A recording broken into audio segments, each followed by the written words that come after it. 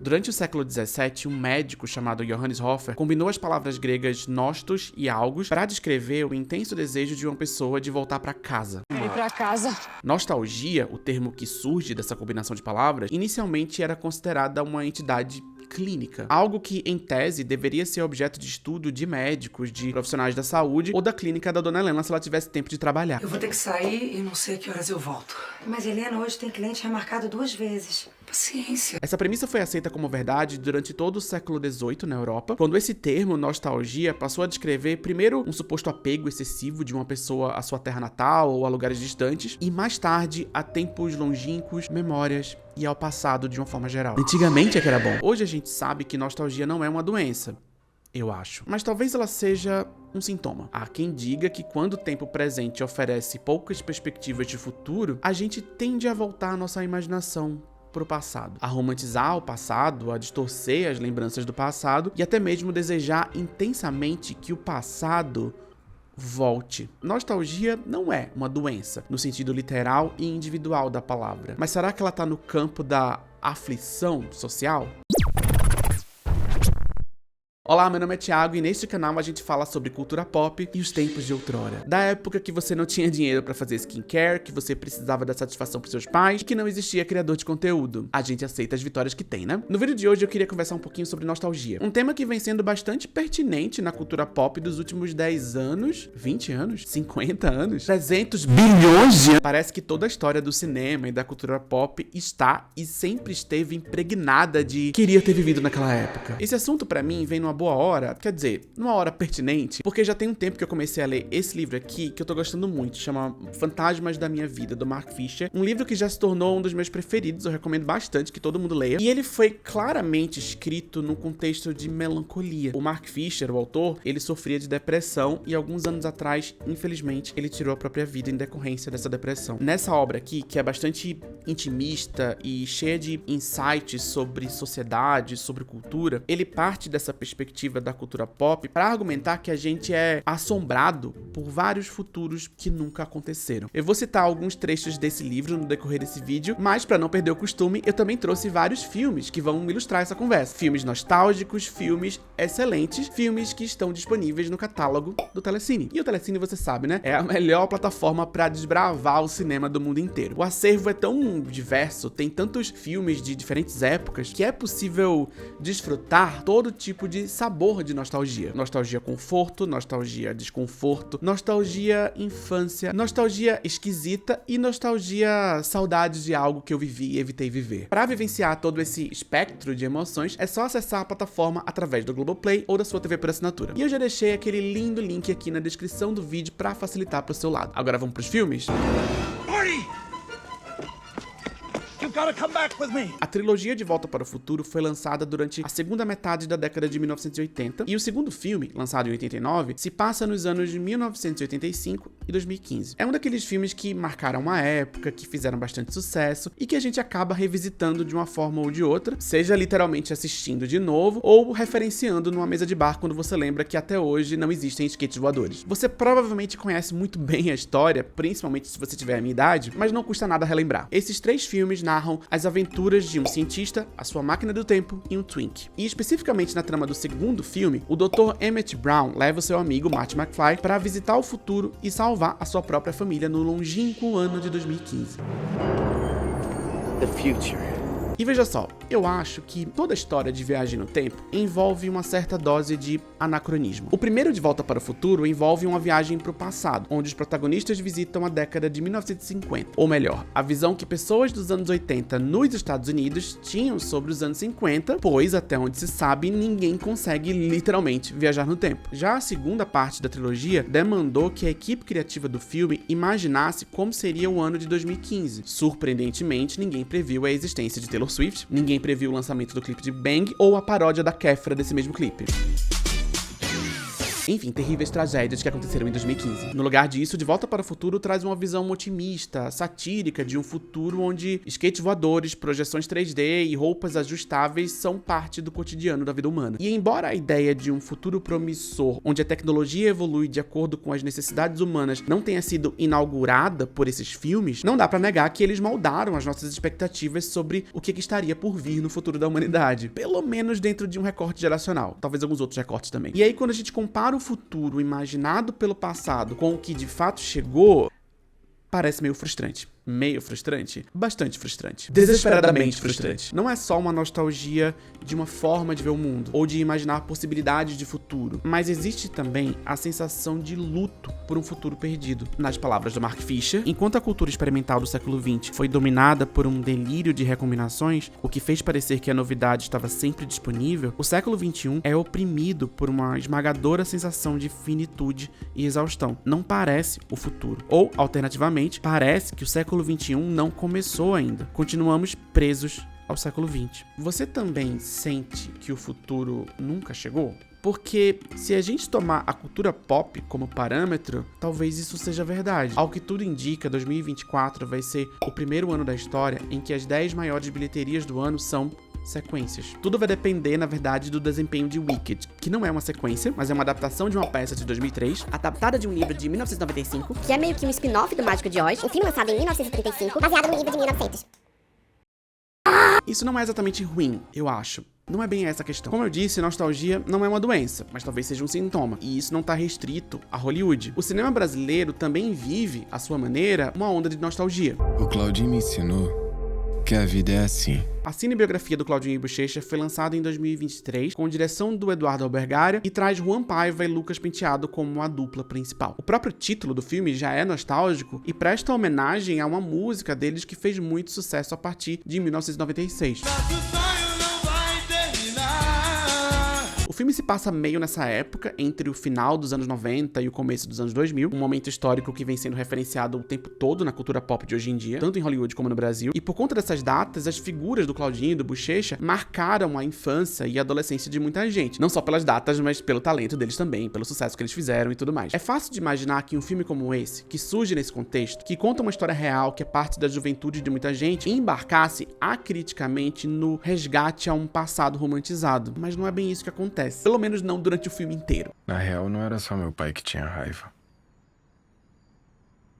Eu ainda não estava pronto para perdoar. Claro, a nostalgia é parte dessa história, mas o roteiro do Eduardo Albergaria e do Daniel Filho não faz aquele esforço de pintar um tempo mais simples ou uma vida sem erros. Muito pelo contrário, tem uma série de momentos até desconfortáveis nesse filme, onde um certo personagem toma decisões, no mínimo, imperfeitas. Você provavelmente lembra que o Claudinho, da dupla Claudinho e Bochecha, morreu num acidente de carro em 2002. E o Bochecha seguiu e segue até hoje com a sua carreira solo. Nosso sonho é mais focado na figura do Bochecha, na relação dele com o pai e no seu luto depois de perder um amigo e o parceiro musical. O filme não é um retrato perfeito e heróico de alguém que veio da periferia e venceu através da música. Pelo contrário, Bochecha tem o direito de ser a pessoa imperfeita que ele é, de cometer erros, de alimentar mágoas e até cogitar tomar decisões que não são nem um pouco heróicas. Tem uma cena específica desse filme que me deixou meio perturbado quando eu assisti e que eu achei muito corajoso colocar numa cinebiografia, especialmente considerando que o Bochecha estava envolvido no argumento do roteiro. Eu não vou falar qual é a cena, mas eu convido você a assistir esse filme com isso em mente. Dito isso, nosso sonho é uma cinebiografia incomum,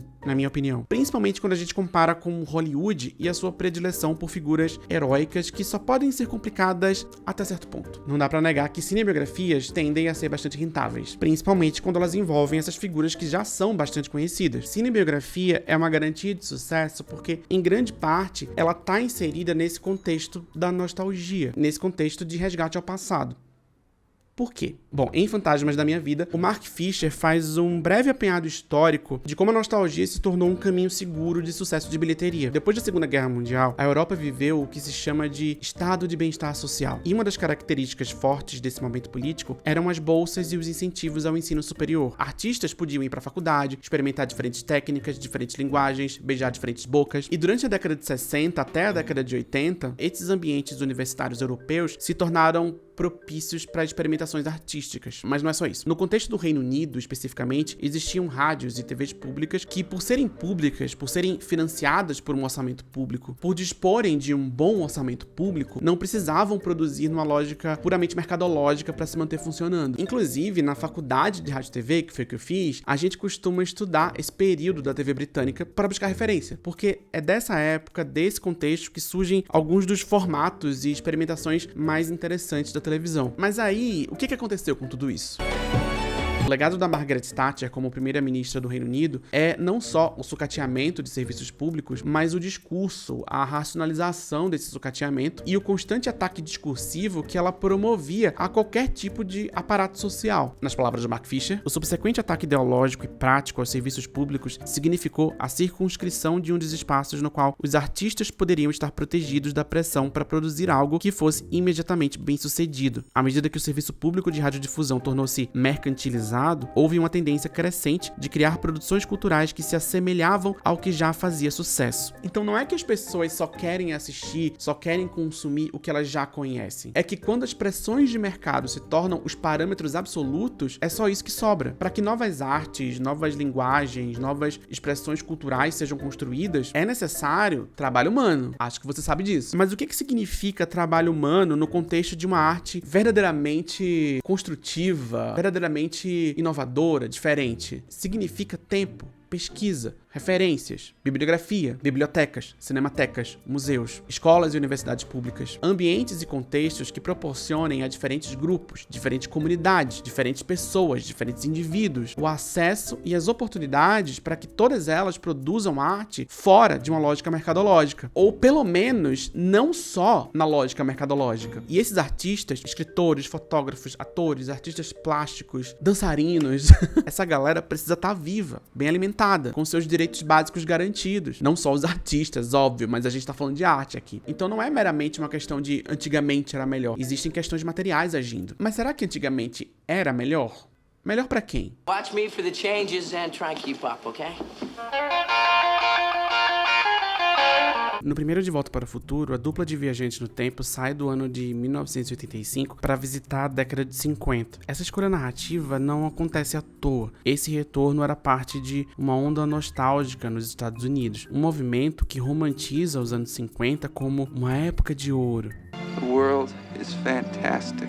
Pra quem? No filme Grease, que aqui no Brasil ainda recebeu o título de Nos Tempos da Brilhantina, a gente tem o casal Danny e Sandy vivendo as idas e vindas de um amor juvenil na Califórnia dos anos 50. O filme foi lançado em 1978 e se tornou um clássico instantâneo na década seguinte. De acordo com a teórica cultural russo-americana Svetlana Boym, nostalgia é um anseio por um tempo diferente. Não se trata de uma saudade de um lugar, mas de um desejo pelo tempo da nossa infância, dos ritmos mais lentos, mas até uma revolta contra a ideia moderna do tempo, da história e do progresso. Nas palavras dela, a nostalgia, a meu ver, nem sempre é retrospectiva. Pode ser igualmente prospectiva. As fantasias sobre o passado, determinadas pelas necessidades do presente, têm um impacto direto nas realidades do futuro. A consideração do futuro nos faz assumir a responsabilidade por nossas fábulas nostálgicas. Agora veja, existe perigo na nostalgia. A ideia do antigamente era melhor não é inerentemente fascista, mas ela é constantemente instrumentalizada por conservadores, justamente porque através dela é possível fortalecer discursos de resistência a mudanças e consolidar o poder nas mãos de quem já detém o poder. Isso tá em todo lugar hoje em dia, a internet tá cheia disso. Se você, como eu, gosta de ver fotos antigas de cidades brasileiras, você já deve ter percebido que é uma péssima ideia frequentar esse tipo de lugar na internet.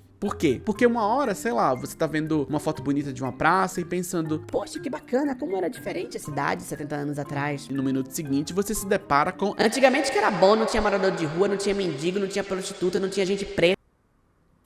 E constantemente a gente vê por aí certas figuras romantizando um passado nebuloso, onde homens eram realmente homens, mulheres eram realmente mulheres, todo mundo tinha o seu lugar muito bem definido na sociedade, a arte não era degenerada, a música não falava putaria e pessoas trans de cabelo azul não incomodavam a sociedade com seus pronomes complicados. Você conhece o discurso, sabemos os perigos por trás dele. A maioria desses argumentos são falaciosos, a maioria dessas ideias pressupõe um passado homogêneo e monolítico ao mesmo tempo em que é nebuloso e indefinido. Que momento da história foi esse em que homens eram realmente homens? O que isso significa de verdade? Isso aqui parece um homem de verdade pra você? Porque pra mim parece. A reação mais comum a esse discurso é a que diz que nostalgia é perigoso. E é, ou pelo menos pode ser. O nosso querido Karl Marx, Barbudinho, ele alertava sobre os perigos de idealizar o passado. Ele disse certa vez que os mortos devem enterrar os seus mortos. Devemos focar na construção do futuro, no que está diante de nós. Mas ao mesmo tempo, o próprio método marxista, materialismo histórico dialético, nos ensina que o presente é o resultado de processos históricos. Então a gente tem que voltar para o passado, sim, mas numa perspectiva materialista, na realidade material. Se a gente vai para o afrofuturismo, autores como Kodoesho fogem da ideia de progresso e de tempo linear e argumentam que o passado não simplesmente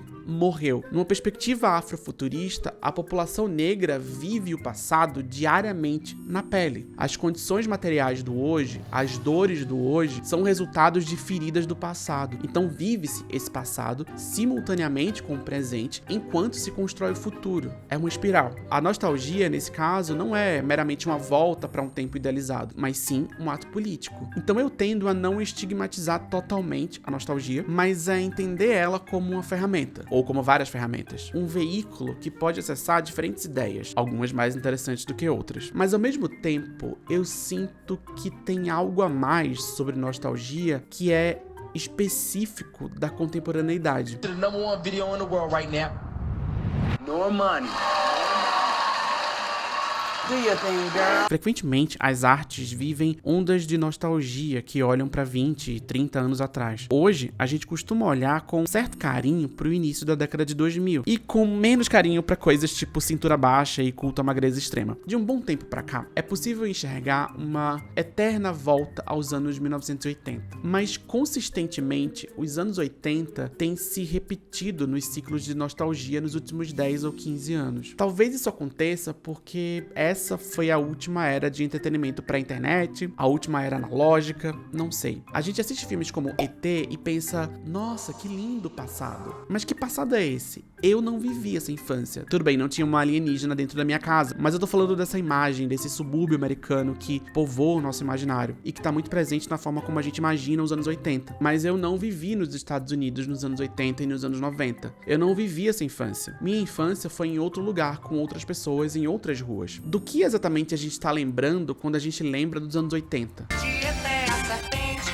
Existem muitos motivos que justificam esse fenômeno, mas eu tendo a achar que ele não acontece por causa dos anos 80 em si, mas sim porque os nossos marcadores temporais vêm gradativamente se diluindo. O Mark Fisher chama isso de o lento cancelamento do futuro. Na verdade, ele pega essa expressão emprestada do Frederick Jameson, mas a questão é mais ou menos o seguinte, bem resumidamente, desde a queda do Muro de Berlim e com ela a premissa de que o capitalismo venceu, o pensamento dominante vem se tornando cada vez mais derrotista. No outro livro do Mark Fisher, ele chama isso de realismo capitalista, mas a gente vai conversar aqui mais sobre nostalgia. Esse sentimento de derrota cria barreiras pra gente imaginar futuros possíveis. Barreiras discursivas, barreiras ideológicas, barreiras materiais também. Quando a Margaret Thatcher estava diluindo os serviços públicos no Reino Unido, a frase dela que marcou esse processo histórico foi: não há alternativa. Basicamente, é isso e acabou. Então, sem perspectiva de um futuro promissor, não é que a gente imediatamente volta pro passado. É que a gente vive um eterno presente que não acaba nunca. Os ciclos, os estilos, as tendências vão se homogeneizando, vão perdendo significado no processo histórico, no processo de construção de tendências e ciclos e também na nossa memória. E a gente só consegue construir significado, se é que a gente consegue, a partir de um passado distante que acaba também se diluindo numa nostalgia vaga e difusa. Eu sei que isso é muito abstrato, mas acho que um bom exemplo prático disso é no TikTok. De uns 2 anos pra cá, eu venho sido impactado por várias dessas imagens de inteligência artificial que fazem versões dark fantasy de produções contemporâneas. O conteúdo é mais ou menos o seguinte: imagina se Hora de Aventura fosse um filme de dark fantasy. Imagina essa amálgama de referências estéticas aleatórias regurgitadas por um robô sem qualquer senso de discernimento, reproduzindo algo que em algum sentido parece anos 80, mas não é nada. É só uma amálgama de referências aleatórias regurgitadas por um robô. Tudo é um grande anacronismo robotizado. E a gente assiste tudo, o tempo todo, sem âncora temporal, vivendo um eterno presente, esperando algum marcador que nunca vem. Eu não sei como terminar esse vídeo depois disso. E eu também nem sei dizer como eu me sinto exatamente diante de tudo isso. É desconfortável. Eu não sei se é deprimente ou se é desesperador. Eu só sei que é desconfortável e melancólico, talvez. Pode ser que tudo isso também seja o sinal do avanço da minha própria idade, da minha incapacidade de enxergar o meu próprio passado, porque a minha memória já não é mais a mesma. Eu não tenho mais 25 anos, por incrível que pareça. Mas assim, eu não acho que é só sobre mim. Eu acho que, de fato, é um fenômeno observável. Não sou eu que tô falando, é o Mark Fisher. Eu não sei se é possível escapar desse sentimento, mas eu me sinto pelo menos um pouquinho melhor com a consciência de que ele existe, reconhecendo ele. Talvez isso seja suficiente por enquanto. Tomara que eu me lembre disso no futuro.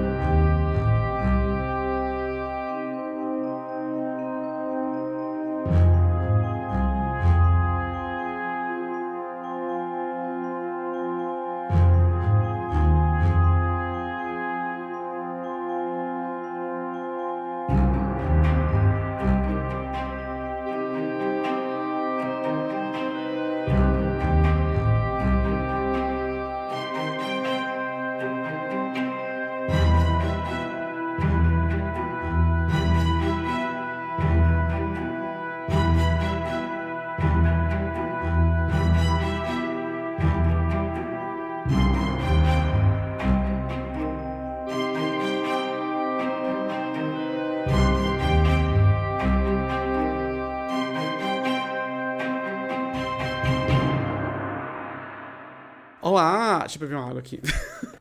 De volta aqui pra mandar você comentar aqui nesse vídeo. E a frase que eu quero que você comente aqui nesse vídeo hoje, pra gente deixar esse vídeo cheio de comentário, e pra quem não viu o vídeo até o final ficar confuso, a frase vai ser: queria ter vivido naquela época. Comenta aqui. Fica de olho, ó. Tá? Beijo.